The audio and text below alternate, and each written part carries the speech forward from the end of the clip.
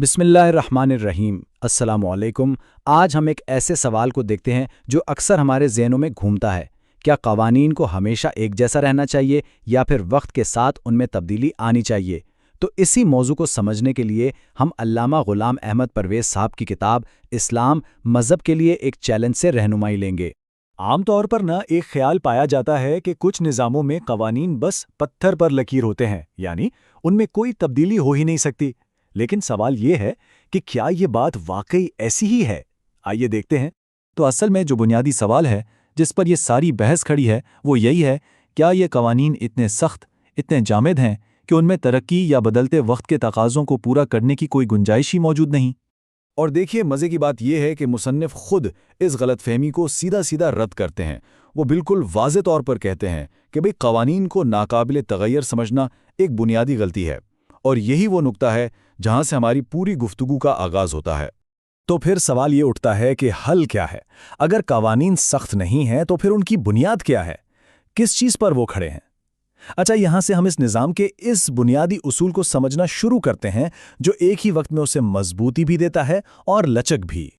उसका जवाब है मुस्तकिल इक़दार या परमानेंट वैल्यूज़ का तसव्वुर। आप इसको ऐसे समझें जैसे ये वो बुनियादें हैं, वो पत्थर की चट्टान है जिस पर कानून साजी की पूरी इमारत खड़ी होती है, और इन उसूलों को किसी भी सूरत में छेड़ा नहीं जा सकता। चलें अब देखते हैं कि इस मजबूत ढांचे के अंदर रहते हुए नए कवानीन बनाए और अपनाए कैसे जाते हैं। ये पूरा प्रोसेस जो है ना, उसके 3 सीधे सादे मरहले हैं।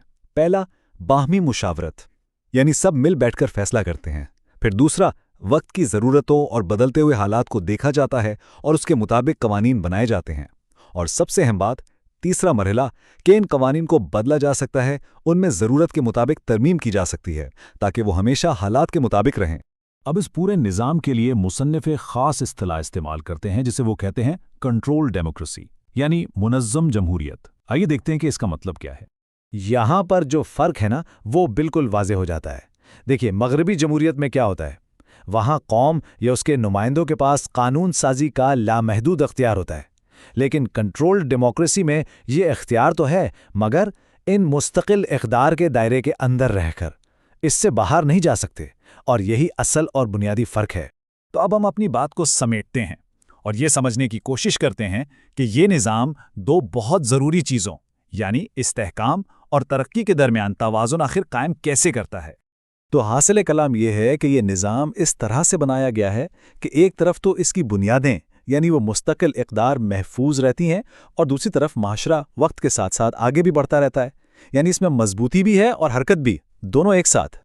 लेकिन आखिर में एक सवाल बाकी रहता है, और वो ये कि कोई भी मुआशरा अपने हमेशा रहने वाले उसूलों और वक्त की बदलती ज़रूरतों के बीच में एक बेहतरीन तवाज़ुन आखिर कैसे कायम कर सकता है।